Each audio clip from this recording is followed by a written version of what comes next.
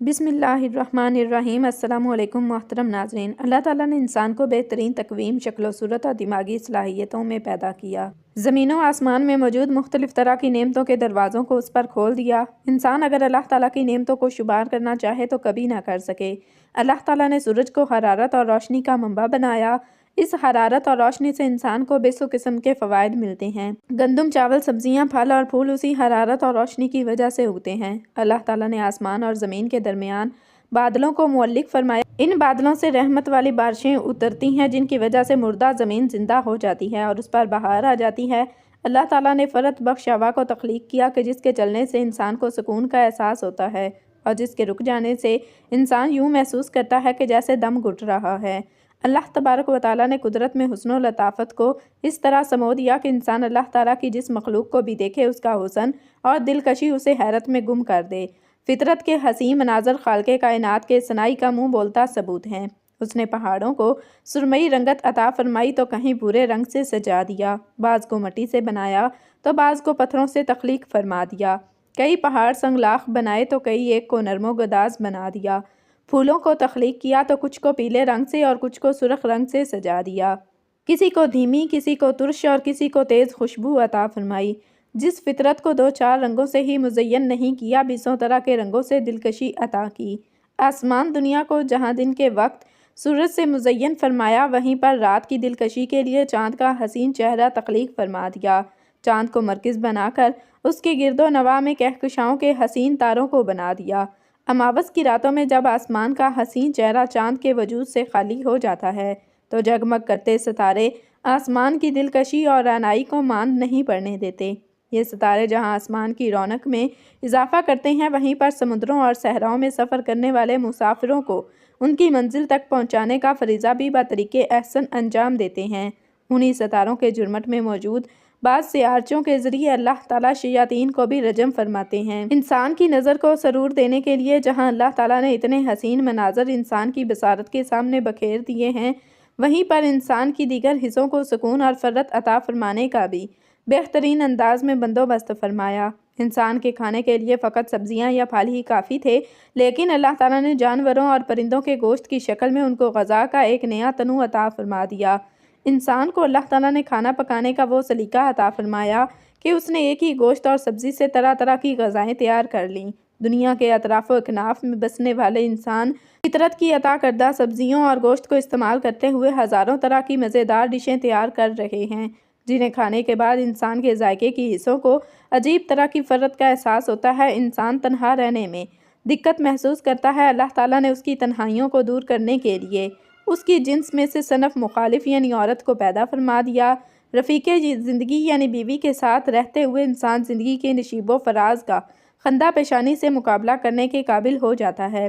اس رفیق زندگی کے ساتھ گزارنے والے پرسکون اور شیریں لمحات کا احساس انسان کی زندگی میں عجیب طرح کی توانائی اور قوت کو پیدا کرتا ہے۔ انسان کو بچپن سے ہی دل لگی کے لیے کھلونوں کی ضرورت محسوس ہوتی ہے۔ والدین بچوں کی کمی اس ضرورت کو پورا کرنے کے لیے بڑے چاؤ اور شوق سے اسے مختلف طرح کے کھلونے دلا کر دیتے ہیں۔ جب انسان جوان ہوتا ہے تو من کی فطری خواہش کو پورا کرنے کے لیے اللہ تعالیٰ نے انسان کو دھڑکتے ہوئے دل اور توتلی زبان سے باتیں کرنے والے پیارے پیارے بیٹے اور بیٹیاں عطا فرما دیں۔ انسان کو تن ڈھانکنے اور زیب و زینت کے لیے لباس کی ضرورت تھی۔ اللہ تعالیٰ نے انسان کو ایسا سلیقہ عطا فرمایا کہ اس نے قدرتی اور مصنوعی طریقے سے حاصل ہونے والے وسائل کو بروئے کار لاتے ہوئے درجنوں طرح کے دیدہ زیب لباس بنا لیے۔ اللہ تعالیٰ نے انسان کو ہر موسم کے مطابق لباس بنانے کا سلیقہ عطا فرما دیا۔ ان لباس کے ذریعے جہاں انسان نے اپنے جسم کے عیوب اور کمزوریوں کو چھپا لیا، وہیں پر اپنی وجاہت اور شخصیت میں اضافہ کرنے کے لیے بھی لباس کو موقع کی مناسبت سے خوب استعمال کیا۔ انسان کو معاش اور ضروریات کی تکمیل کے لیے سواریوں کی ضرورت تھی، جسے پورا کرنے کے لیے اللہ تعالیٰ نے اونٹ، گھوڑے، گدھے اور خچر کو پیدا فرمایا۔ علاوہ ازیں سمندری سفر کے لیے کشتیاں اور بحری جہاز بنانے کا طریقہ بتا دیا۔ وقت کے ساتھ ساتھ انسان کی فنی مہارت میں اضافہ ہوا تو فاصلوں کو سمیٹنے کے لیے انسان نے گاڑیاں، بحری اور ہوائی جہاز ایجاد کر لیے، جن کی مدد سے سینکڑوں اور ہزاروں میل کے سفر آنن فانن طے ہو رہے ہیں۔ انسان کو اپنی ضروریات کی تکمیل کے لیے الفاظ اور ابلاغ کی ضرورت تھی۔ اللہ تعالیٰ نے انسان کو قوت گوئی اور تخیل کی عظیم نعمت سے نواز دیا۔ روشنی کی رفتار سے زیادہ تیزی سے سفر کرنے والے اس تخیل نے سماج اور علوم کی ترقی میں کلیدی کردار ادا کیا۔ ان مادی نعمتوں کی فراوانی کے ساتھ ساتھ اللہ تعالیٰ نے روحانی ضروریات کو بھی بطریق احسن پورا فرمایا۔ اللہ تعالیٰ نے انسانوں کی رہنمائی کے لیے ہر بستی میں انہی کی زبان بولنے والے نبی کو مبعوث فرمایا، جنہوں نے انسان کو زندگی گزارنے کا پورا طریقہ سمجھا دیا۔ سب سے آخر میں جمیع انسانیت کی فلاح و بہبود کے لیے اپنی آخری کتاب قرآن مجید کو حضرت رسول صلی اللہ علیہ وسلم کے قلب اطہر پر نازل فرما دیا۔ رسول اللہ صلی اللہ علیہ وسلم نے بھٹکتی انسانیت کو ان کی منزل کا پتہ دیا۔ آپ صلی اللہ علیہ وسلم نے بتوں کے آستانوں پر جھکنے والے سروں کو اللہ کی چوکھٹ پر جھکا دیا۔ آپ صلی اللہ علیہ وسلم نے بیٹیوں کو زندہ درگور کرنے والوں کو کائنات کی ہر بیٹی کی زندگی اور عزت کا رکھوالا بنا دیا۔ آپ صلی اللہ علیہ وسلم نے حرام کھانے والوں کو رزق طیب کی لذت سے آشنا کیا۔ آپ صلی اللہ علیہ وسلم نے نشے میں دھت رہنے والوں کو ایسا ہوش و خرد عطا فرمایا کہ وہ دنیا کی الجھنوں اور مدہوشیوں کو دور کرنے والے بن گئے۔ آپ صلی اللہ علیہ وسلم نے سماج سے بے حیائی اور بد کرداری کو ختم کر کے معاشروں کو شرم و حیا کے اعلیٰ اور عرفہ ترین اصولوں سے روشناس فرما دیا۔ یہ ایک حقیقت ہے کہ اللہ تعالیٰ کی تمام نعمتیں ہی قابل قدر ہیں، لیکن زندگی گزارنے کے لیے ایک نمونہ جو اہل کائنات کو رسول کریم صلی اللہ علیہ وسلم کی شکل میں ملا، اس نعمت بے پایا کا مقابلہ کسی اور نعمت سے نہیں کیا جا سکتا۔ اللہ تعالیٰ نے سورہ ابراہیم میں اعلان فرما دیا کہ اگر تم میری نعمتوں کا شکر ادا کرو گے تو انہیں مزید بڑھا دوں گا، اور اگر تم نے کفران نعمت کیا تو میرا عذاب بہت شدید ہے۔ انسان کو چاہیے کہ اللہ تعالیٰ کی طرف سے ملنے والی مادی اور روحانی نعمتوں پر شکر گزاری کا راستہ اختیار کرے، تاکہ اللہ تعالیٰ اپنی نعمتوں اور عنایات کو ہمیشہ قائم و دائم رکھے، اور ناشکری کے راستے سے کلی اجتناب کرے، تاکہ اللہ تعالیٰ کی ناراضگی اور عذاب سے بچا جا سکے۔ شکر کا پہلا درجہ یہ ہے کہ انسان کے دل میں اللہ تعالیٰ کی نعمتوں کا احساس ہونا چاہیے، اور اس بات کا ادراک ہونا چاہیے کہ جتنی بھی نعمتیں اس کو حاصل ہوئی ہیں فقط فضل الہی سے حاصل ہوئی ہیں۔ دوسری یہ کہ ناشکری کے کلمات نہیں نکالنے چاہیے اور اپنے اعمال کے ذریعے بھی شکر گزاری والا رویہ اختیار کرنا چاہیے۔ اللہ تبارک و تعالیٰ نے انسانوں کو ان گنت نعمتوں سے نوازا ہے۔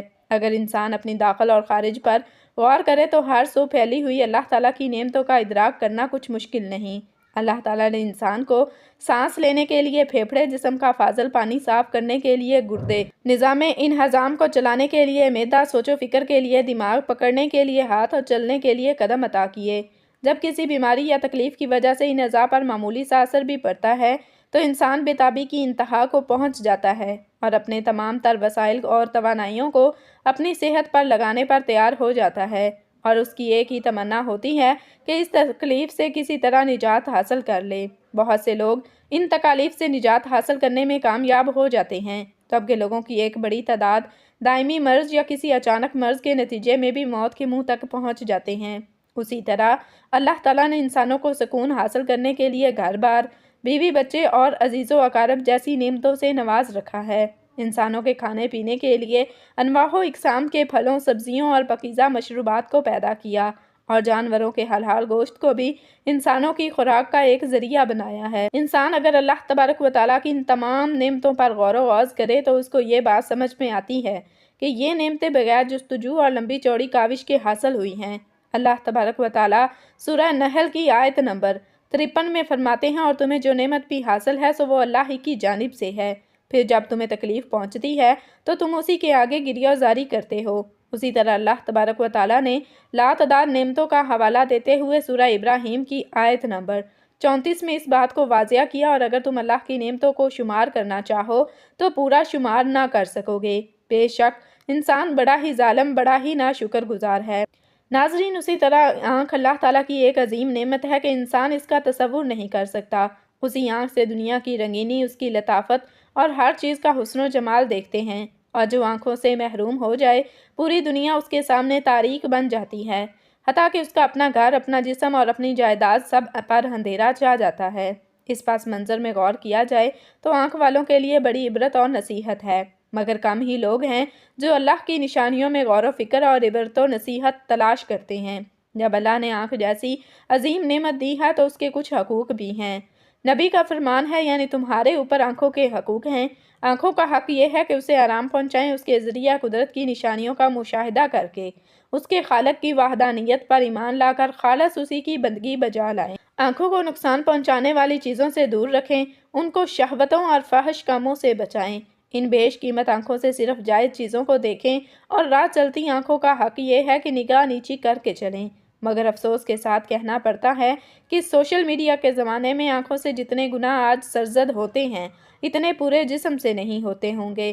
اسی احساس نے مجھے یہ تحریر لکھنے پر مجبور کیا کہ شاید کوئی نصیحت پکڑنے والا نصیحت پکڑ لے، آنکھوں کی نعمت کا حقیقی احساس اور ان کا صحیح استعمال کرے۔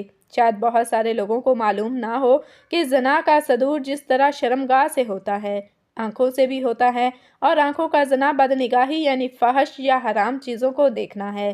بدنگاہی کا حاصل یہ ہے کہ کسی غیر محرم پر نگاہ ڈالنا، بالخصوص جبکہ شہوت کے ساتھ نگاہ ڈالی جائے، چاہے وہ غیر محرم حقیقی طور پر زندہ ہو اور چاہے غیر محرم کی تصویر ہو، اس پر بھی نگاہ ڈالنا حرام ہے اور بدنگاہی میں داخل ہے۔ یہ بدنگاہی کا عمل نفس کی اصلاح کے راستے میں سب سے بڑی رکاوٹ ہے، اور یہ عمل انسان کے باطن کے لیے اتنا تباہ کن ہے کہ دوسرے گناہوں سے بہت آگے بڑھا ہوا ہے۔ انسان کے باطن کو خراب کرنے میں اس کا بہت دخل ہے۔ جب تک اس عمل کی اصلاح نہ ہو اور نگاہ قابو میں نہ آئے، اس وقت تک باطن کی اصلاح تصور تقریباً محال ہے۔ حدیث شریف میں حضور اقدس صلی اللہ علیہ وسلم نے ارشاد فرمایا، یہ نظر ابلیس کے تیروں میں سے ایک زہر آلود تیر ہے۔ یہ تیر جو ابلیس کے کمان سے نکل رہا ہے، اگر کسی نے اس کو برداشت کر لیا اور اس کے آگے ہتھیار ڈال دیے تو اس کا مطلب یہ ہے کہ باطن کی اصلاح میں اب بڑی رکاوٹ کھڑی ہو گئی، اس لیے کہ انسان کے باطن کو خراب کرنے میں جتنا دخل اس آنکھ کے غلط استعمال کا ہے، شاید کسی اور عمل کا نہ ہو۔ موجودہ زمانے میں بد نظری کا ایک عظیم سیلاب ہے جو تھمنے کا نام ہی نہیں لیتا۔ ہر جگہ فحش مناظر عام ہو گئے ہیں، بازار، مارکیٹ، دکانیں، سڑکیں، چوراہے، مکانات کی دیواریں، حتیٰ کہ روزمرہ کے استعمال کی چیزیں سبھی فحش تصاویر سے آراستہ ہوتی ہیں، یہاں تک کہ اخبارات اور رسائل بھی اس کی زد سے بچ نہیں سکے۔ بدنگاہی ایسا گناہ ہے کہ بہت سے لوگ اس کو گناہ سمجھتے ہی نہیں، ایسا ہی سمجھتے ہیں جیسے کسی اچھے مکان کو دیکھ لیا۔ اس گناہ کے بعد دل پر رنج کا اثر بھی نہیں ہوتا، اور یہ ایسا گناہ ہے کہ اس سے جوان تو جوان، بوڑھے بھی بچے ہوئے نہیں ہیں۔ بدکاری کے لیے تو بہت سی تدبیریں کرنی پڑتی ہیں، پیسہ بھی پاس ہو، دوسرا بھی راضی ہو، وغیرہ وغیرہ، مگر اس بد نظری کے گناہ کو کرنے میں کسی سامان کی ضرورت نہیں، اور نہ اس میں کچھ بدنامی ہے۔ حضرت مولانا مفتی محمد تقی عثمانی مدظلہ علیہ نے لکھا ہے کہ صرف بد نظری ہی نہیں بلکہ دنیا کے ہر گناہ سے بچنے کے لیے دو چیزیں ضروری ہیں۔ نمبر 1، انسان اللہ تعالیٰ سے اس گناہ سے دور رہنے کی دعا کرتا رہے۔ نمبر 2، اور اپنے عمل اور ہمت سے اس کام سے دور رہے۔ اگر ان میں سے ایک چیز ہے اور ایک چیز نہیں ہے، یعنی صرف دعا کرتے رہو اور ہمت نہ کرو، تو کام نہیں چلے گا۔ مثلاً ایک آدمی مشرق کی طرف بھاگا جا رہا ہے اور دعا کر رہا ہے کہ اے اللہ مجھے مغرب کے فلاں مقام پر پہنچا دے، تو دعا کیسے قبول ہوگی؟ پہلے ضروری ہے کہ اپنے رخ کو مغرب کی طرف کرے اور پھر دعا کرے، ورنہ وہ دعا نہیں بلکہ مذاق ہے۔ اس لیے ہمیں دونوں کام کرنے چاہیے، بعد میں اس کا نتیجہ برآمد ہوگا۔ بس یہی نسخہ بدنگاہی سے بچنے کے لیے کافی ہے، اور ساری طاعات فرما برداری کو حاصل کرنے کا بھی یہی نسخہ ہے۔ یہ بدنگاہی کا عمل نفس کی اصلاح کے راستے میں سب سے بڑی رکاوٹ ہے، اور یہ عمل انسان کے باطن کے لیے اتنا تباہ کن ہے کہ دوسرے گناہوں سے بہت آگے بڑھا ہوا ہے۔ جب تک اس عمل کی اصلاح نہ ہو اور نگاہ قابو میں نہ آئے، اس وقت تک باطن کی اصلاح تصور محال ہے۔ پروردگار عالم نے بنی نوع انسان کو اتنی نعمتوں سے نوازا ہے کہ ان کا شمار ممکن نہیں۔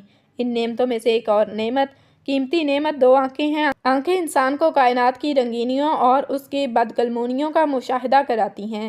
اسی نعمت کے ذریعہ وہ خدا کے جلووں کو اس کائنات کے مختلف مظاہر میں دیکھتا ہے، اگرچہ خدا کو براہ راست ان آنکھوں سے نہیں دیکھ پاتا، مگر جب خدا کی قدرت کے نظاروں کو مخلوقات کے گوناگو رنگوں میں دیکھتا ہے تو ہر جگہ قدرت کے جلوے دیکھتا ہے۔ بعض لوگوں کو آنکھ پھڑکنے کی شکایت ہوتی ہے، البتہ ہر ایک انسان ہی آنکھ پھڑکنے سے پریشان ہے۔ آنکھ پھڑکنے کی کئی وجوہات ہوتی ہیں۔ کچھ لوگ سمجھتے ہیں کہ اگر ان کی دائیں آنکھ پھڑکی ہے تو کچھ اچھا ہونے والا ہے، جبکہ بائیں آنکھ پھڑکنے کو کچھ برا ہونے کی علامت سمجھا جاتا ہے۔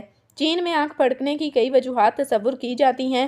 وہاں کے لوگوں کے مطابق بائیں آنکھ کا پھڑکنے کا مطلب آپ کے پیسے کہیں کھونے والے ہیں، اور اگر آپ کی دائیں آنکھ پھڑکتی ہے تو اس کا مطلب ہے کہ آپ کو کوئی خوشخبری ملنے والی ہے۔ بھارت میں رہنے والوں کا یقین ہے کہ دائیں آنکھ کے پھڑکنے سے آپ کو کوئی خوشخبری ملے گی اور بائیں آنکھ کے پھڑکنے سے آپ کو بری خبر ملے گی۔ افریقہ کے لوگوں کا ماننا ہے کہ جب بائیں آنکھ پھڑکتی ہے تو ان کی زندگی میں کچھ ایسا رونما ہونے والا ہے جو آپ کو رونے پر مجبور کر دے گا، اور اگر آپ کی دائیں آنکھ پھڑکتی ہے تو اس کا مطلب آپ سے بہت کچھ عزیز و رشتہ دار ملنے آنے والے ہیں۔ لیکن یہ تمام باتیں محض باتیں ہی ہیں، ان کا حقیقت سے کوئی تعلق نہیں ہوتا۔ آخر آنکھ پھڑکنے کی کیا وجوہات ہوتی ہیں؟ جب آنکھ ڈرائی ہو جاتی ہے تو پھڑکنا شروع ہو جاتی ہے۔ اگر آپ آنکھوں میں آئی ڈراپ کا استعمال جاری رکھیں تو آنکھ پھڑکنے سے رک جاتی ہے۔ اس کے علاوہ بھی آنکھ پھڑکنے کی کئی وجوہات ہیں، جیسے نیند کا پورا نہ ہونا، ذہنی دباؤ، آنکھوں کی بینائی کمزور ہونا، ماحولیاتی آلودگی، آنکھوں میں جلن، کیفین کا زیادہ استعمال، آنکھوں میں الرجی وغیرہ جیسی علاماتوں کو باعث آنکھیں پھڑکنے کا باعث بنتی ہیں۔ آنکھ کو پھڑکنے سے محفوظ بنانے کے لیے آپ اپنی آنکھ کو تھوڑے تھوڑے وقفے سے ٹھنڈے پانی سے صاف کرتے رہیں۔ اس کے ساتھ اپنی آنکھوں کے ایکسرسائز بھی کیا کریں، اس سے آپ کی آنکھ صحت مند رہے گی اور پھڑکنے سے محفوظ رہے گی۔ اللہ پاک ہمیں ہر برے عمل سے بچائے اور ہمیں دین کا پیروکار بنائے، آمین۔ ناظرین، کمنٹ باکس میں اللہ تعالیٰ کے 99 ناموں میں سے ایک نام ضرور ٹائپ کریں۔ اللہ حافظ۔